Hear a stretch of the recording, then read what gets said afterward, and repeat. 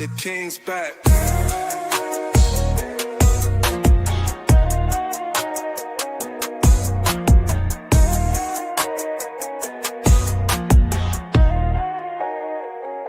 The king's back.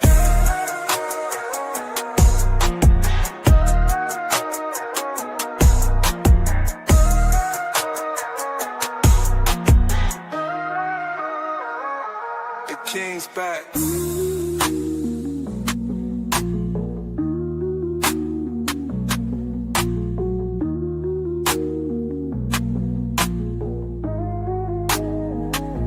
The king's back.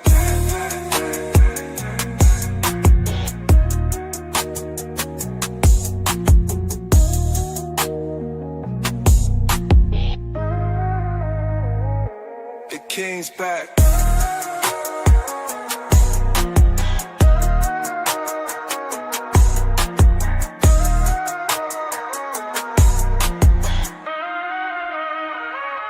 The king's back.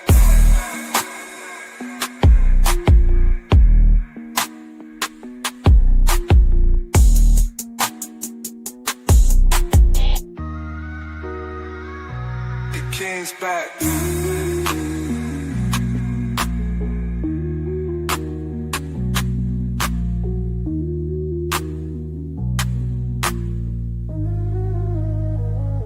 The king's back.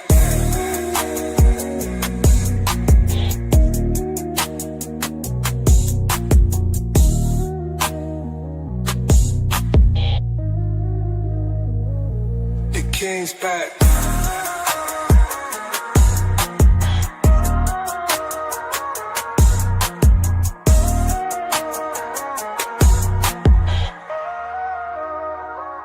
The king's back.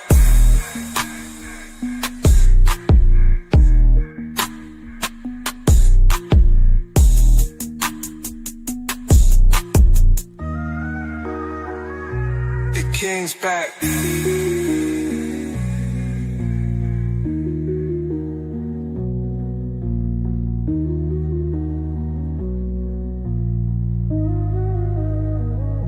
The king's back.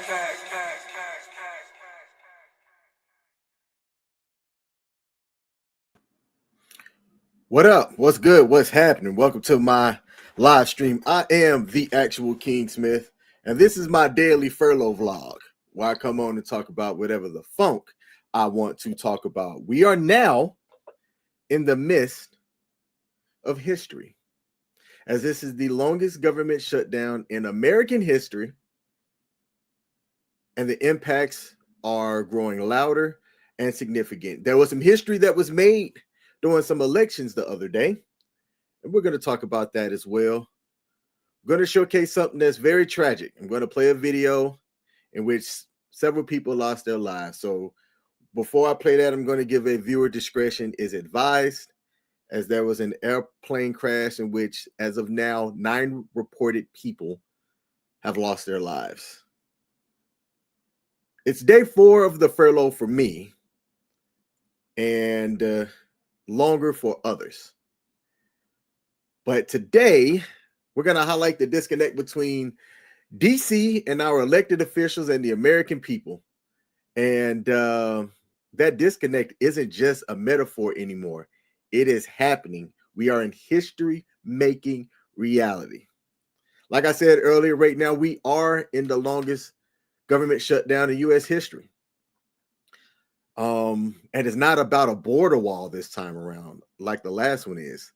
This standoff is overextending key healthcare tax credits that some people are likely starting to see when they get their healthcare bill. And the fight is costing billions and billions. I want y'all to think about that for a second. 36 days. That means hundreds of thousands of federal employees have missed a full second paycheck. That is something that impacts me directly. And people that live where I live, as around the DMV area, you have a lot of federal employees. Air traffic controllers are still working for free. Some areas in the federal government are working off of non-appropriated funding, so they are working and getting paid, or there are other ways that they are working and getting paid. But around 700,000 people are either working or working without pay and or furloughed. Okay. I'm curious if the timing of the shutdown impacted the elections that we're going to talk about a little bit later on in this live stream. Just to get, if you haven't been living under a rock, because it's all that the news have been talking about, Virginia made history electing the first female governor in Virginia's history. New York City voted for a guy that had an interesting speech at the end. And I think I have the video that we're going to play, marking one of the city's youngest and first Muslim mayor. He's the youngest at over 100 years and the first Muslim mayor. And as he will tell you, an immigrant. All right. So it's one of those things that I think people are seeking some kind of stability, because there's a lot of seemingly chaos that's happening right now. If you're, depending on what your algorithm is and what you choose to search for, you might get a lot of doom and gloom. I get a lot of doom and gloom, but that's by design for me. I want to see the doom and gloom. I want to see the worst that is happening out there so that I know how to prepare and what to avoid. That's how I operate. Some people want to choose to live a life where they put their head in the sand and live their simulated lifestyle, life on easy mode. And if you have the protections in place to live that way, great on you. I don't fault you for living that life one bit. If you had parents and people that helped give you a life to where you are insulated from bad decisions by others, great. You're winning. You're doing well. Not everybody gets the opportunity or the chance to have that luxury. So I'm trying to keep myself in the know by understanding what's going on and things of that nature. So let's talk about the shutdown. Let's talk about a couple of different things, and then we're going to be here for about 45 minutes today. We're not going to be that long. But first of all, how are y'all doing? Let's see if we have any comments in the comment section before I continue. Shout out to Cartwright McLean over on Facebook, said, word on the street, they knew there would be a shutdown, and the plan is to use it as a way to do a riff. I can imagine, right? Let's just talk about that real quick. I'm going to put this back up on the screen here. I'm somebody that thinks very logically and very analytical, right? If you've had this shutdown, did I get to clean my nose? I might have to clean my nose. If you've had this shutdown and this shutdown goes through and you've had quote unquote essential services still running now, I can imagine that some leader somewhere is going to go, hey, if we've done this shutdown for this long, and yeah, some things have been slow, let's analyze what we really need and what we don't need, because look at what we could have saved. Like if we just said, hey, what's the cost that it would have cost to pay the people that were working during the shutdown? My bad. He said, and then CJ, stop saying my government name. My bad. I just read it as it popped up here, pimp. But some person is going to go, let's analyze the cost. What's the bare minimum, right?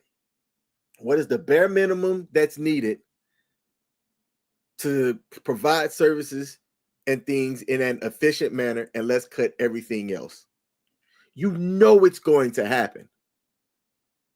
You know it's going to happen.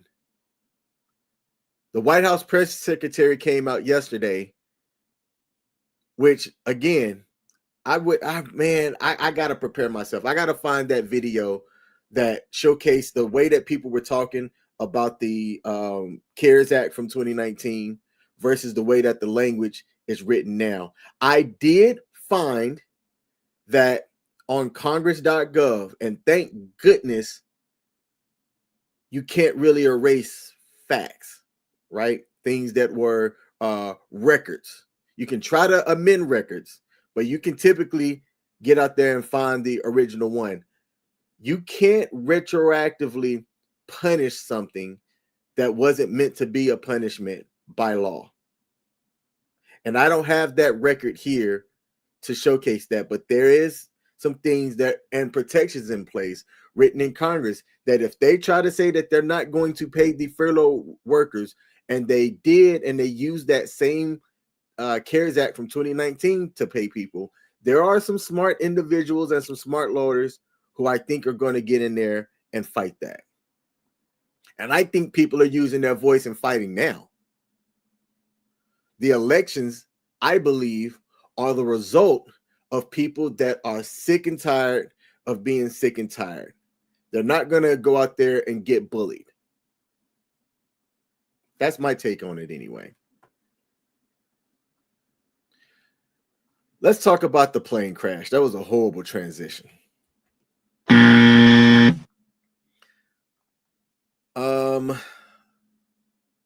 Yesterday, a UPS cargo plane crashed shortly after takeoff from Louisville. The airplane was a McDonnell Douglas MD-11 that was taken off to fly to Honolulu, Hawaii. It's being reported that it was a crew of 3. It was fully fueled for the long flight from Louisville to Hawaii and was carrying tens of thousands of gallons of fuel. The crash caused a huge fire, spread to nearby industrial facilities, and resulted in significant destruction on the ground. I'm going to show y'all one video here. It's not that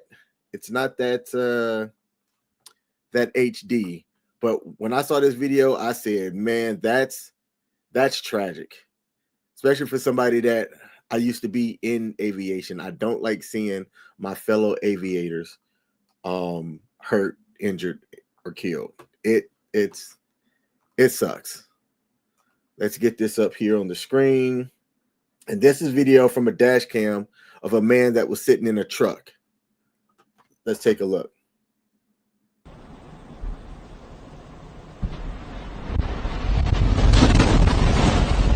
Oh, shit!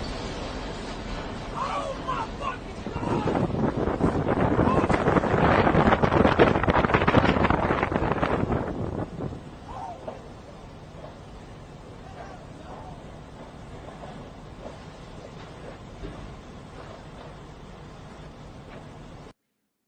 As you can imagine, that is a very traumatic thing to see and witness. And as he's looking and he's seeing what's going on, that image right there is going to be seared in that man's mind for a lifetime. It's going to be seared in several people's minds for a lifetime. Somebody and several people lost a loved one as a result of this crash. And there's going to be an investigation that comes out that is going to determine the cause of the crash. Was it the NTSB, the National Transportation Safety Board? I believe I said that right. I know it's NTSB for short. Anytime there's a accident like this, you'll have a joint investigation between like the FAA and the NTSB. Okay. There were some videos that were out there that showed a possible engine separation as the aircraft was taken off and ascending in the sky. And that could have been what caused the impact, which, man, I'm going to tell you right now, if that was the case and it was a mechanical malfunction, heads should roll for that. And the reason why I say that is this: there are a lot of mechanical things and pre-flight stuff that occurs between several people. I know how we used to do it when I was in aviation. I was an enlisted aviator on the KC-135, and there were several people. You had the maintainers that maintained the aircraft, right, that certified that it was airworthy and were subject matter experts on getting that airplane airworthy and ready to go. So that was one puzzle piece to it. The other puzzle piece to it was the air crew itself, where you had the pilot in charge, or as we called it in the Air Force, the aircraft commander. The aircraft commander and the crew, depending on what type of airplane you flew on, would look at the aircraft service records, see if there were any red line items or red X's. There are regs and things that you have to follow that you can only take off if you have, like, how do I say this? A minimum standard of things that could not be working for you to be able to, like, legally go, right? Like, our aircraft had 4 engines. You can't take off with, I don't remember. Let me back things up. I know you can't take off with 2. You might be able to take off with 3. But there's a lot of factors that goes into safely being able to operate an aircraft to where your landings can equal the number of takeoffs that you have, because ultimately that's what's important. You want to have the same number of landings that you have for takeoffs. It's being reported that at least 9 people are confirmed dead, including all 3 of the crew members that are on board. I can't imagine, after watching some of the other videos that were out there about this, that anybody would have survived. Several other people around the area were reported injured, and there are a lot of people near that were working that day that have remained unaccounted for.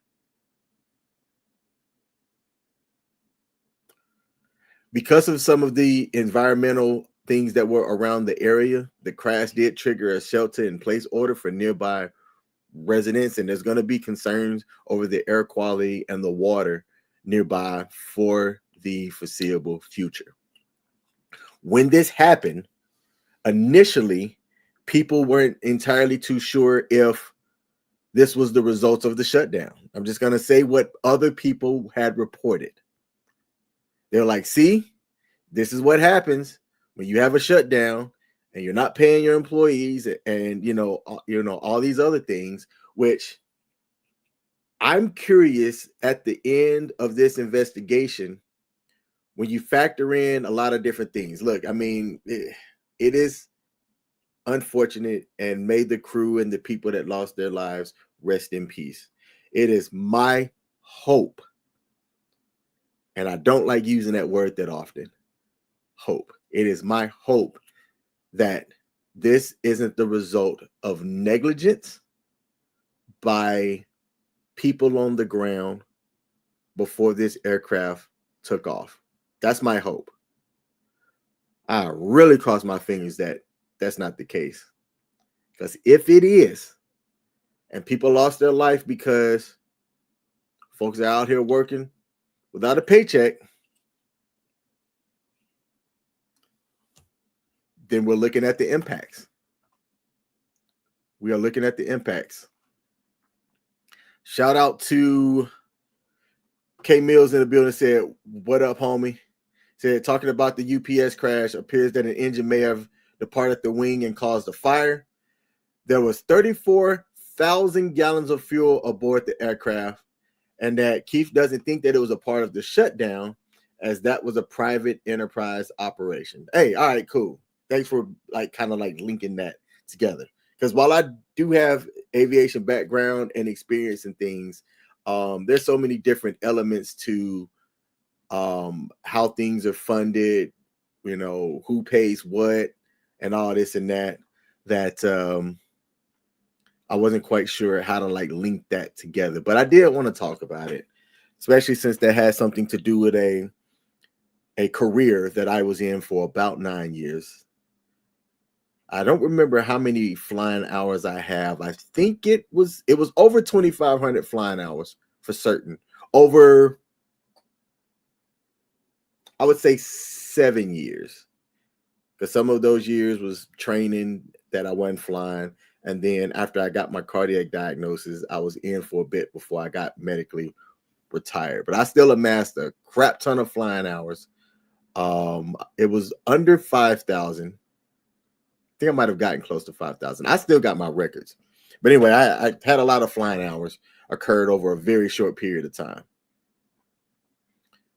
Let's see. Keith said that there was 2.5 times as much as fuel carried on that plane, the MD-11, than any of the 9/11 aircraft. As you are an aviation dork, man. Hey, I used to know all things aviation. I would say all things. I used to really keep up with aviation a lot, around the planes and things like that. Like I could tell you about the KC-135, a little bit about the KC-10, some aircraft characteristics of our fighters and things that I refueled, as my job was an in-flight refueler in the Air Force, which people don't know that. Some people don't know. Like, King, what did you do? I refueled airplanes in the air.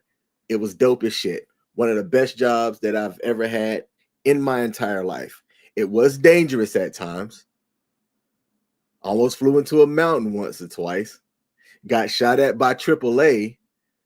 But it was one of the best decisions that I've ever made, man, in my life. Joining the Air Force and the job that I picked. It allowed me to travel the world. Met some really dope individuals that I'm still friends with to this day. And I can't imagine myself doing anything else. Let's see. An active flying museum was my second home back in Texas. I try to stop and see many of the aviation museums that I can. Like I've been to the one in Wright Pat. Pretty sure that you've been there. If not, you should take the opportunity to go. It's not that I drove from where I live, and you're relatively close to where I am. I think you should go check it out, bro. All right, let's talk about the elections that occurred yesterday. Man, okay, so let me go up here and get my notes. Let's start with Virginia. I've already talked about and discussed that Virginia made history, and I've got to get my banner up here. Let's put this up here, and let's get this going. Boom. The elections yesterday in Virginia is being talked about as a pragmatic win. Abigail Spanberger, Democrat, won by defeating the Republican Winsome Earl Sears. Winsome Earl Sears. Yeah. This made history as Spanberger is the first woman ever elected as governor of Virginia. But that's not the only thing that had occurred during the elections yesterday, as the Democrats swept all three statewide offices. The governor, the lieutenant governor, and the attorney general all made gains in the House of Delegates. That right there confirms Virginia's shift from a swing state to a more reliable Democratic state on the statewide level. There was some controversy around the attorney general as some text messages were made public on the day of the elections, which was interesting, right? How do you not have this stuff? You know, it's like people are sitting on ammunition and you've got like a political strategy, and then you go, boom, let's drop this down and see if we can have some impact. Politics is an interesting game, man. I would like to be able to take the knowledge that I have and be able to have influence and things to help people, help make a decision. But the moment that you get into politics, you're going to have people and enemies coming after you and trying to use anything that they can to tear you down. And you've got to be strong enough to be able to survive that. Abigail Spanberger apparently was.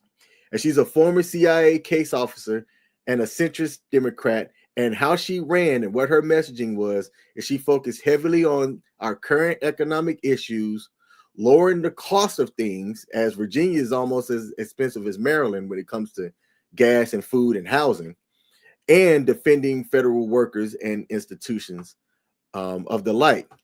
So what she was doing and how she won is she used what's happening now to get people to see her side of the house, and we're going to see if she actually delivers, because that's going to be what matters. Can you deliver? Can you deliver? I'm trying to fix something here. How do I do this? Nope, not that. Not that. I'm trying to make this smaller. There we go. Boom, man. I was going to figure it out one way. So, can you deliver?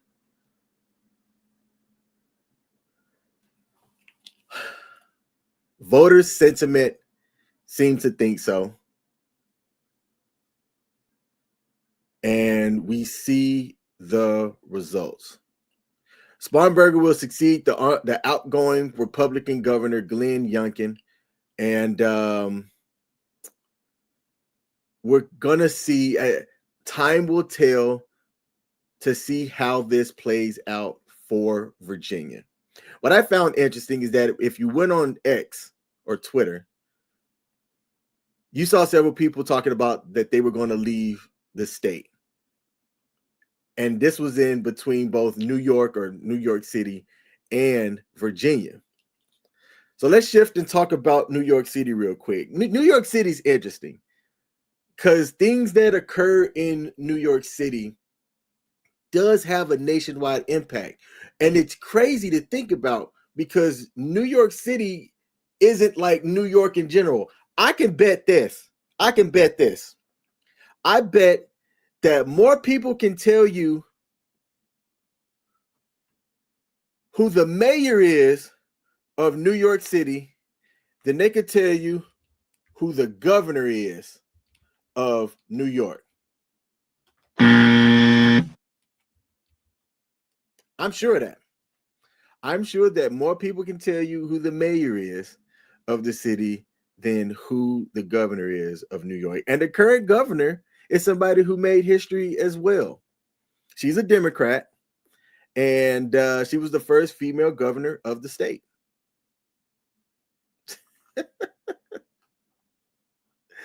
But people don't know that.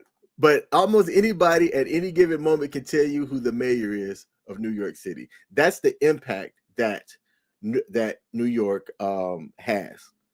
And she became governor and first took office after Andrew Cuomo. I don't know how you say his name. After he resigned back in his term in 2020 or 2021. And then she assumed the position and then got elected and won her first full term during the following election afterwards, like in 2022. I might be wrong on those dates. Okay. So now in New York, you now have headlines really around the state. People are seeing things a little bit different. Okay. History's being made everywhere, and time will tell if the history was done for the betterment of everybody or not. I think, and this is me, maybe I'm being naive here. But I'm going to say this very publicly. I think we have people that are trying to do things for the greater good, and then you have other people with money and resources that are just hell-bent on watching the world burn or protecting themselves. I have no issues with you having things and you've worked for them and you would like to ensure that they don't just get stripped from you for no reason. As long as things are equitable in that, I don't care. Meaning that I think that that's fair. I don't believe that it's fair, right? And I think that equity is the right word that I'm trying to use here. That for me and what I make, right? If you tell me, it's like, let's speak on taxes. If you tell me that I have to pay 25% of my taxes on something, I think that you have a better chance as a planner of being able to forecast things because you can know the income, or like you can take the reported income of somebody year to year of everybody.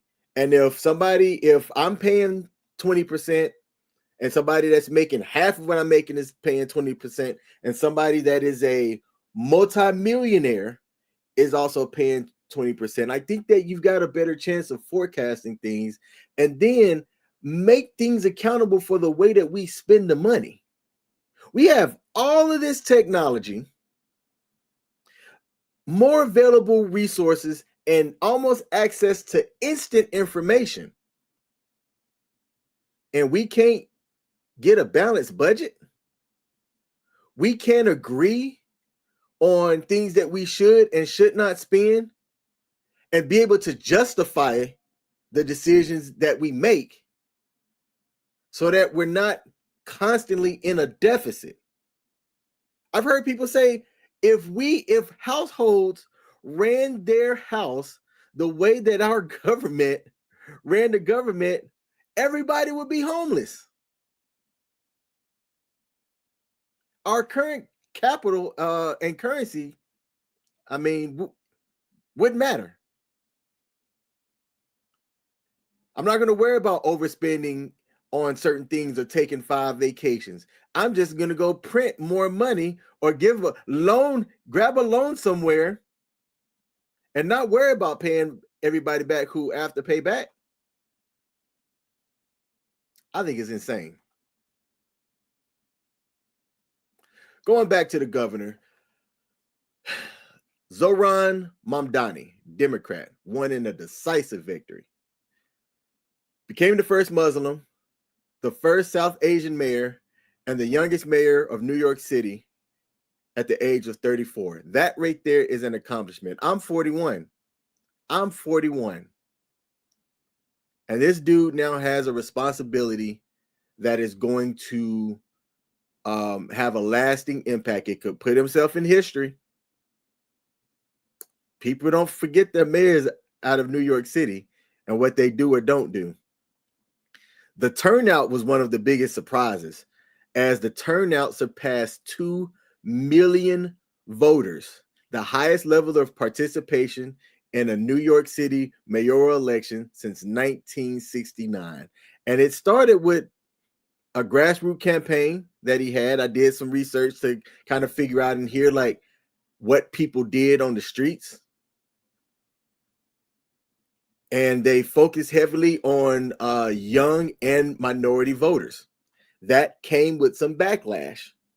It came with backlash of, are we sure that some of these people are actually legal and registered properly to be able to vote? That was what some of the immediate backlash that you heard. Mamdani ran on housing affordability, keeping rent low, and making buses free for free transportation. Given a clear shift in urban priorities towards a cost of living focused agenda. We'll see if this works. Here's the thing. Either it's going to work or it's not going to work. Only time will tell, right? I'm going to wrap things up by saying this, as this is going to be a shorter live stream today. I think that when you take a look at the Virginia and the New York City results, I think that we're seeing people voting for the opportunity to see things better.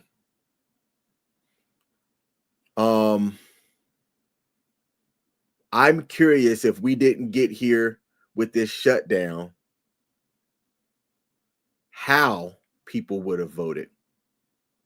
If our government was open, if the Republicans and the Democrats could have figured things out, if we were like running on a CR that would have taken us through like November or whatnot, and we got past the elections, would we have seen the same end result from all of the campaign that have, occurred over the last couple of weeks and months? I'm curious. as we head into this shutdown going into next week, where we get through Veterans Day. We're not going to have the Senate in office, as I highlighted on yesterday's stream. They aren't going to be in office next week. They're going to be back in home. 2 weeks after that, you have the government.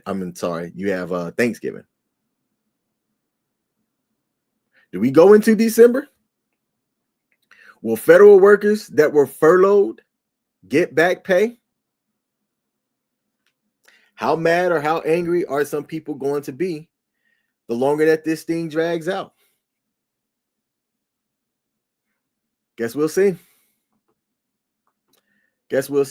Let me come in here, check some of the comments, and then wrap things up. We have Keith said, Sears never wanted to discuss the federal workers getting laid off or furloughed. Great tactic. Yeah, you might, in a state that has a lot of federal workers, you might want to talk about what your plan is to get things moving in the right way. That might be smart of you to do.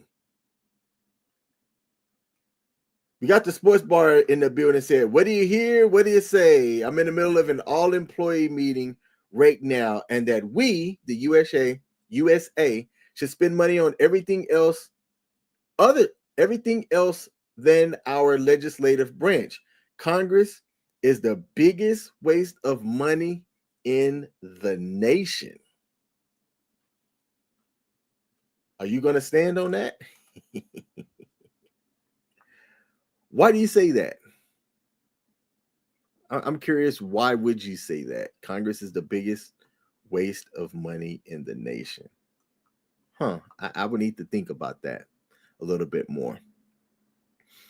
Okay, I have an airport run to make, as I am going to be driving some people out to the airport here. I've got a meeting tonight with a couple of veterans that I'm looking forward to. That occurs on the first Wednesday of the month. It's good for me to network with some of my other peers, other veterans around the area, and we just tap in, share a meal together, and check in on each other from time to time. So I'm looking forward to that. Hope y'all have a great rest of your day.